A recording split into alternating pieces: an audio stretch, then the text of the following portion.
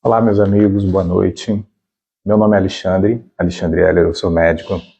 Eu trabalho com acupuntura e estou aqui para saudar vocês no dia de hoje com algumas palavras sobre a importância de nós buscarmos um caminho, uma transformação pessoal, contínua, progressiva, real.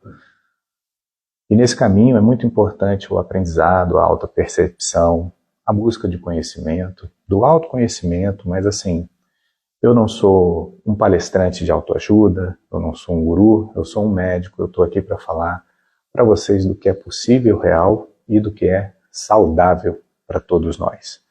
Então eu chamei esse título de hoje, uma chamada para um despertar às vezes de um estado de latência, que é uma latência. Latência é você ter uma potencialidade e não realizar essa potencialidade na vida por conta de não encontrar em si as condições primárias de confiança, de se libertar, às vezes, de uma emoção, de uma memória traumática.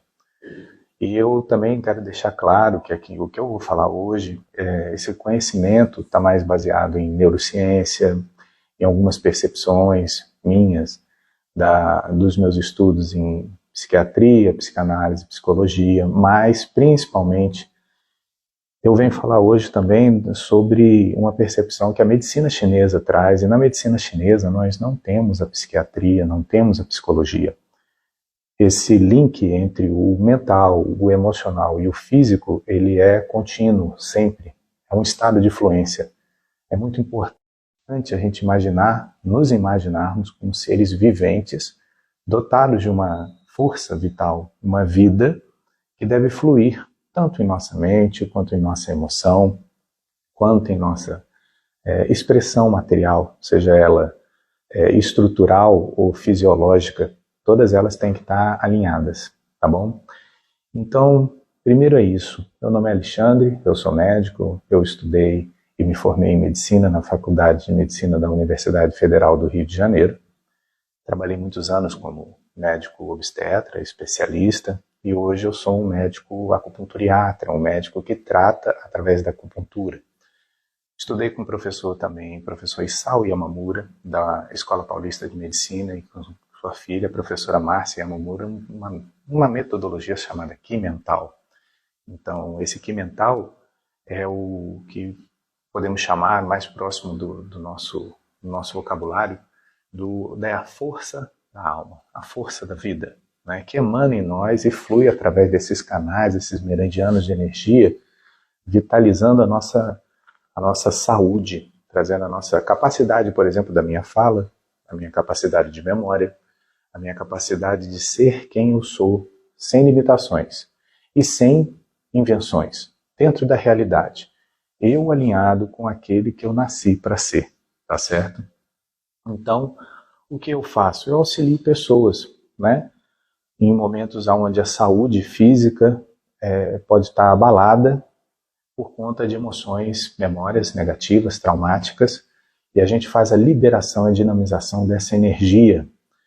Mas por que eu escolhi esse caminho? Todos nós temos um caminho percorrido na vida. Então, eu fui uma criança bem feliz, eu cresci num lar bem estruturado, eu sempre quis fazer medicina, me tornei médico, mas mesmo assim, quando eu cheguei em determinado ponto da minha vida, eu passei por experiências muito difíceis, traumatizantes, e essas experiências mudaram o meu comportamento.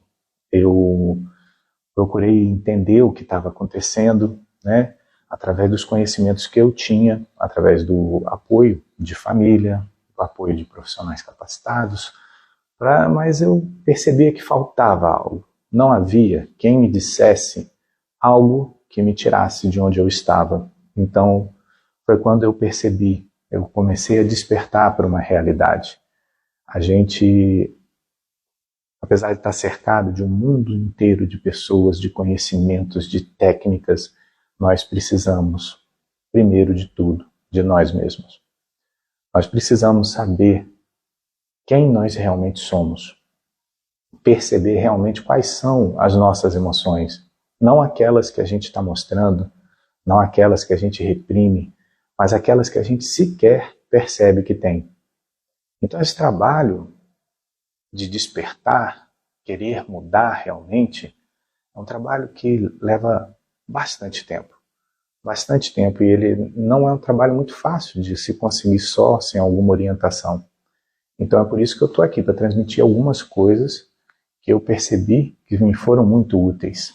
Então, o crescimento pessoal, o desenvolvimento é o mesmo de uma criança. Uma criança ela tem que desenvolver habilidades, ela tem que crescer em afetividade, ela tem que crescer em conhecimento.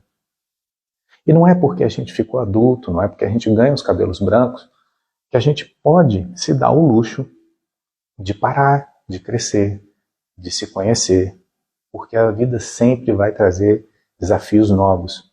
Desafios que podem ser superados com grande facilidade ou não. Depende exatamente daquilo. Será que a vida que eu estou levando está alinhada com quem eu realmente sou? Com a minha essência? Será que algum dia eu sequer passei perto de conhecer o que é isso? Saber quem eu sou realmente? Então, eu percebi que apesar de ser médico, né, e entender muito das patologias, por exemplo, da mente, eu não entendia muito bem o funcionamento da mente. A mente humana, essa mente que necessita de um corpo saudável também para se estruturar. Eu não entendia muito bem essa parte energética da mente, a energética da nossa personalidade, como Jung falava e muitos outros psicanalistas. A gente está vivendo um mundo de muitos anseios, um mundo de muita propaganda, um mundo que cobra muito desempenho e, no entanto, nós não estamos mais desenvolvendo as nossas habilidades socioafetivas. Nós estamos delegando a terceiros a educação dos nossos filhos, o nosso bem-estar, nós estamos associando o nosso índice de sucesso pessoal, a quantidade de dinheiro que eu tenho na conta, as viagens que eu faço, ao carro que eu tenho, a minha própria aparência. Isso é muito perigoso. Isso é muito perigoso porque os seres humanos, nós nos alimentamos inclusive dos valores que a gente nutre na nossa alma. E valores são coisas indiscutíveis, baseadas no desenvolvimento das virtudes pessoais. Então, a mente, muito daquilo que você pensa, muito do que você sente, muito de como você reage, é mero comportamento condicionado. Presta atenção no que eu estou falando. Aquilo que você diz assim, eu sou desse jeito, se me fizerem isso eu explodo.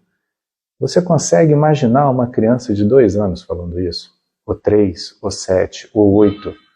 É óbvio que muito daquilo que nos atrapalha são condicionamentos, são comportamentos de defesa, são condicionamentos que a gente... Vou te dar um bom exemplo. Eu me vi, por exemplo, incapaz de lidar de uma maneira saudável com timidez. Fazer um vídeo desse era quase impossível para mim. Então, eu fui buscar qual é a raiz da minha timidez. Onde que isso surgiu? Eu encontrei exatamente o dia e a hora onde eu passei uma experiência de sentir um constrangimento pessoal, que às vezes para outra pessoa não é nada, mas para mim foi importante. E eu não quis mais me expor àquilo. E a vida foi apresentando uma série de situações onde esse comportamento ele foi sendo reforçado. Então, o que eu estou dizendo para você é que você também precisa descobrir o quanto daquilo que você tem em si, como já identitário, como algo que é seu, o quanto disso não foi apenas as pedras no caminho. As pedras no caminho, quanto isso, por exemplo, crianças que escutam dos pais, mas você não acerta, você não sabe nada, né? E aí a gente condiciona os filhos, parabéns meus filhos, vocês tiraram 10 na escola, vocês se comportaram muito bem. A gente começa a desenvolver na criança um mecanismo de gratificação por comportamento.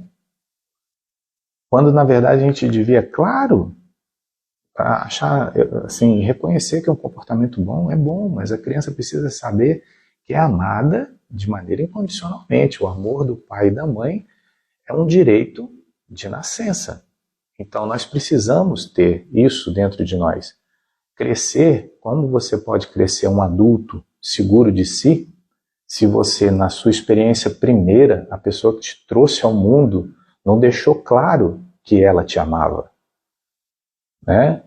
E como ver isso sem passar por uma dor muito excruciante, sem passar por julgamentos, né?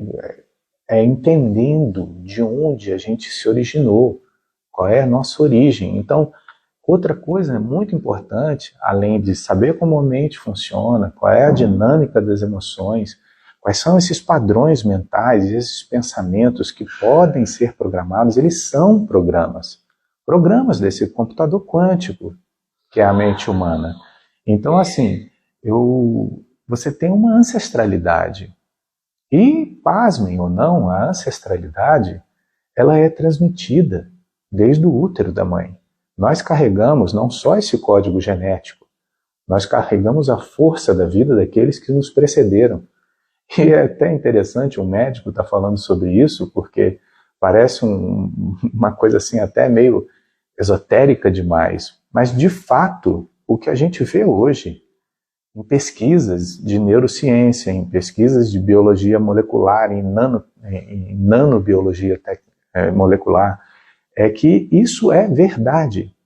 Existe em Milão uma professora, uma médica que é capaz de dizer a você as coisas às quais você esteve exposto a sua vida inteira com uma mera amostra de tecido.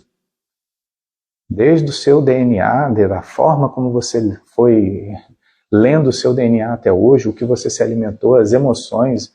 Antigamente, 10, 15 anos atrás, dizer isso parecia um conto de fadas. Então, esses contos são reais.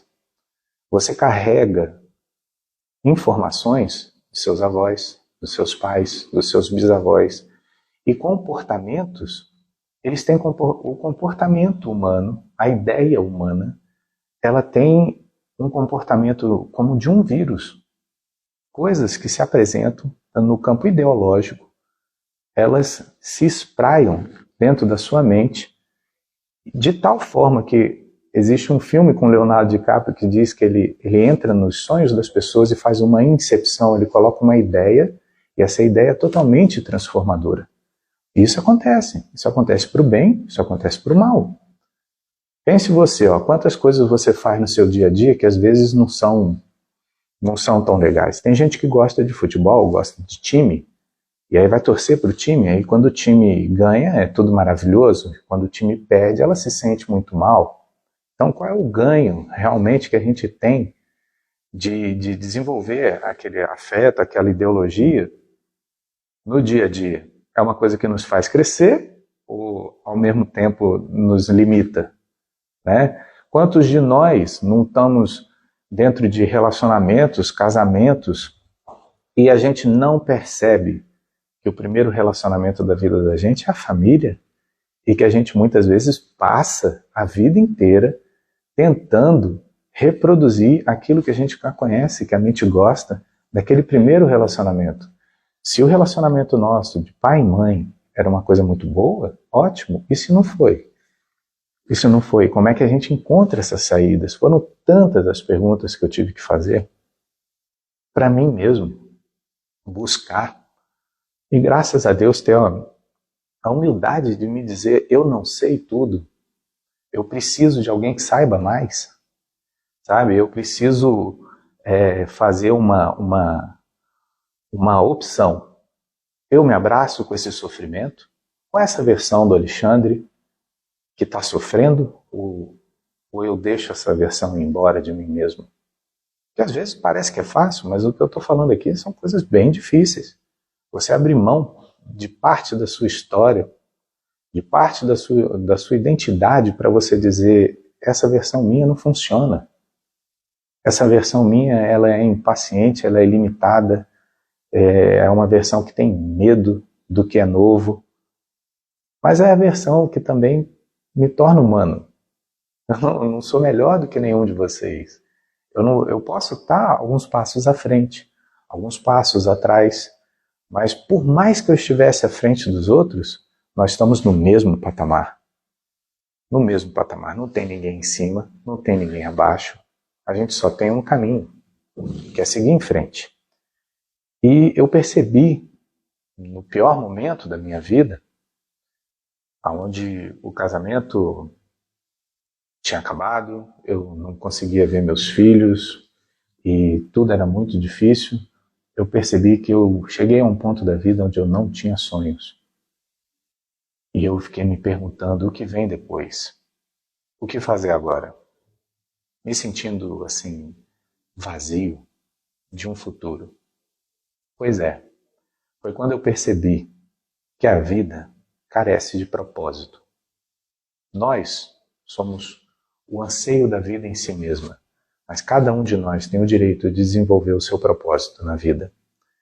E que isso, quando a gente tem um propósito ou não tem um propósito, isso se reflete muito na nossa saúde. Demais. Se reflete muito na nossa saúde. Então, eu percebi que eu precisava descobrir por que tantas essas coisas. Por que justamente ser médico, não ser engenheiro, não ser um professor, não ser um padeiro.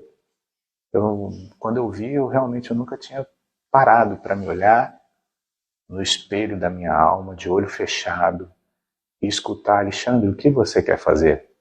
Entendeu? E esses momentos vieram quando eu comecei a acolher melhor os meus erros, quando eu comecei a me ver com o direito de errar, de não ter que ser perfeito. Uma coisa que eu fiquei me perguntando de todas as profissões do mundo, por que eu fui escolher uma que não pode errar? Interessante, eu encontrei respostas, mas eu tive que transformar muita coisa, e não de qualquer maneira. A gente não deve, para tudo que eu estou falando aqui, vocês têm total direito de duvidar, vocês têm total direito de questionar, vocês têm total direito de discordar, porque o que funcionou para mim pode não funcionar para você. Mas eu não estou falando dos mecanismos, eu estou falando das bases, do que é realmente importante você saber. Então, você precisa saber como funciona a sua mente, você precisa compreender o que é a ancestralidade, você precisa saber que você tem que desenvolver habilidades que às vezes você não teve oportunidade ainda de desenvolver. Habilidades de comunicação, de quando falar, ser claro e ser pacífico, ser firme e ser acolhedor ao mesmo tempo. Porque isso começa na gente. Quem aqui pode dizer com toda tranquilidade no mundo que não se exige demais? Que se acolhe bem, que se ama do jeito que é? Ou quando a gente olha no espelho, a gente vê 1000 coisas que a gente queria que fosse diferente. Mas quem é que quer? Quem é que realmente tem esses pensamentos de fracasso e limitação? Você conhece essa pessoa? Essa pessoa é você? Ou é uma programação que veio acontecendo no tempo, enquanto a gente dormia? Porque, olha, passe de ano, olha, se comporte, olha, coma toda a sua comidinha. Se forme, arrume um emprego, casa, tenha família. E tudo isso sem um porquê? Então o que te levanta da cama todo dia? E no consultório o que acontece, eu vejo isso, muita gente que chegou num determinado ponto da vida depois de algumas décadas e não sabe por que ir em frente, o que fazer. E aí começa a ter coisas como um paciente que eu tive que ele, um dia, ao entrar no carro para ir para o trabalho, ele teve uma síndrome de pânico que ele nunca tinha tido. E junto, quando a gente fez esse trabalho de dinamizar a energia da mente, das memórias, ele percebeu que, no fundo, ele tinha abandonado os sonhos dele há mais de 10 anos.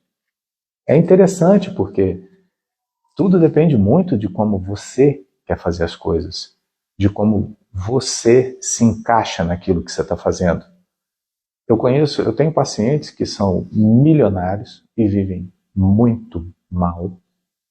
Tenho pacientes que são paupérrimos e são extremamente felizes, um coeficiente de inteligência emocional absurdamente alto, inato. E também tem, claro, as pessoas que são prósperas e que tem inteligência emocional também. Isso existe. O que eu estou dizendo é que uma coisa não está ligada à outra. É simples assim. Então, transformar-se é possível. O único problema é que existem as barreiras, os paradigmas da sua mente. Então, se eu pego um advogado que ele sempre quis ser uma outra coisa, e ele é bem sucedido, ele ganha 40 mil reais por mês, e se eu falar para ele, olha, você é capaz de mudar, você pode mudar, ele vai me listar 10 motivos, 20, 30, 40, 100, do que ele não pode fazer. Aí eu deixo, ele lista tudo. E eu falei assim, amigo, quando foi que você perdeu a sua liberdade? E geralmente nesses momentos as pessoas se emocionam, porque eu sei, eu vendi minha liberdade em uma determinada época. Eu vendi minha liberdade. Eu entrei num esquema, num jeito que não podia parar. Mas quando que... Para que isso? Entendeu? Então hoje eu vivo mais buscando a minha verdade, buscando aquilo que pode me fazer realmente feliz, aquilo que quando eu faço, eu chego, quando eu termino, eu falo, puxa, já acabou? Isso é mente em fluxo. Hoje, a conversa de hoje é só um aperitivo. Eu vou ter, ao longo dessa semana, vou fazer algumas inserções aqui, como o pessoal diz, vou entrar nesse papo ao vivo e vamos falar primeiramente sobre a mente, como a mente funciona. Depois nós vamos falar sobre a importância desse desenvolvimento das habilidades socioafetivas, de você ser uma pessoa de uma comunicação pacífica, né? Todo esse conhecimento baseado em conhecimento científico, tá? Eu quero dar ferramentas para as pessoas começarem a refletir e se questionarem até onde vocês podem chegar. Eu não gosto daquela coisa irreal, você tudo pode, levante-se, faça, aconteça. Não, primeiro você tem que saber quem você é. Você pode até tudo, mas se você escolher um caminho que não está alinhado com quem você é, a sua saúde vai sofrer. Nós precisamos estar alinhados com a nossa verdade. Não com a verdade do nosso pai, da nossa mãe, dos nossos avós. Nós precisamos saber realmente qual é a nossa bússola. E a bússola é muito simples. Amigos e amigas, se vocês estão fazendo alguma coisa, mesmo que você esteja cheio de razão para fazer suas justificativas, tudo, que você tenha sucesso, que você ganhe milhares de reais, milhões fazendo aquilo, mas se você não se sente bem, se aquilo causa taquicardia, sudorese, queda de cabelo, mexe com a libido, traz insônia, olha, você está vendendo, além do seu tempo, uma coisa muito preciosa, a força da sua vida para ir buscar projetos que não estão te realizando de verdade. De verdade não estão te realizando. Porque quando uma coisa nos realiza, alinhada com a essência que a gente é, uma das coisas que a gente percebe é a saúde física. Não vamos tomar isso como regra, tá? Existem exceções. Mas são 25 anos tratando pessoas. Eu já vi pessoas que não tinham motivo algum para sofrerem tanto com patologias do jeito que sofriam, mas a mentalidade da pessoa produzia um ciclo catastrófico de acontecimentos íntimos, pessoais, porque esse mundo que você está aí, me ouvindo, me escutando, ele é só seu. Esse mundo que eu estou aqui falando, ouvindo vocês, percebendo, ele é só meu. E isso é fantástico, é um dos atributos da mente. A gente tem que tomar cuidado, senão a gente constrói uma gaiola de ouro, que é o conceito, né? A gente vende a nossa liberdade para viver dentro daquilo que a mente conhece de maneira muito segura. E é impressionante como isso, ao longo do tempo, é importante para a gente. É importante a gente não se sentir limitado. É a gente saber que ainda que tivesse poucos minutos à frente da nossa vida, cada um deles pode valer a pena. Mas que cada um vai viver os seus minutos, e suas horas, e seus anos, e suas décadas, do jeito que é uma escolha pessoal. Nós temos o direito, e nós não temos o direito de dizer a ninguém como viver. Quem sou eu para dizer a vocês o que fazer? Eu estou aqui para dizer como é mais fácil, como pode ser produtivo, como vocês podem encontrar essas coisas, porque essas coisas funcionam. Funcionaram para mim, funcionaram para centenas de pacientes. Entrem no meu site, que eu tenho... É uma agenda, é só uma agenda online, não é uma propaganda minha. Mas lá tem o feedback dos meus pacientes. Tem mais de 300 pessoas falando sobre o que é esse momento de se encontrar, ter um encontro, um despertar, uma emoção, sabe, no meio de uma consulta. Mas que esse momento pode ser vivido pessoalmente, qualquer pessoa tem direito a esse momento. Você, para se encontrar, você só precisa de uma pessoa, você mesmo. Você mesmo. E se as ferramentas que eu estou falando aqui, se o que eu estou te dizendo, passando a minha experiência, se essa ciência que eu apresento, que não é minha, são ciências instituídas no ramo da psicologia, da psiquiatria, da medicina integrativa, né? Até da religião, porque meditação é muito importante. Eu ensino técnicas meditativas, é extremamente importante. É extremamente importante. Uma pessoa que não tem capacidade, você sabe o que quer dizer meditação?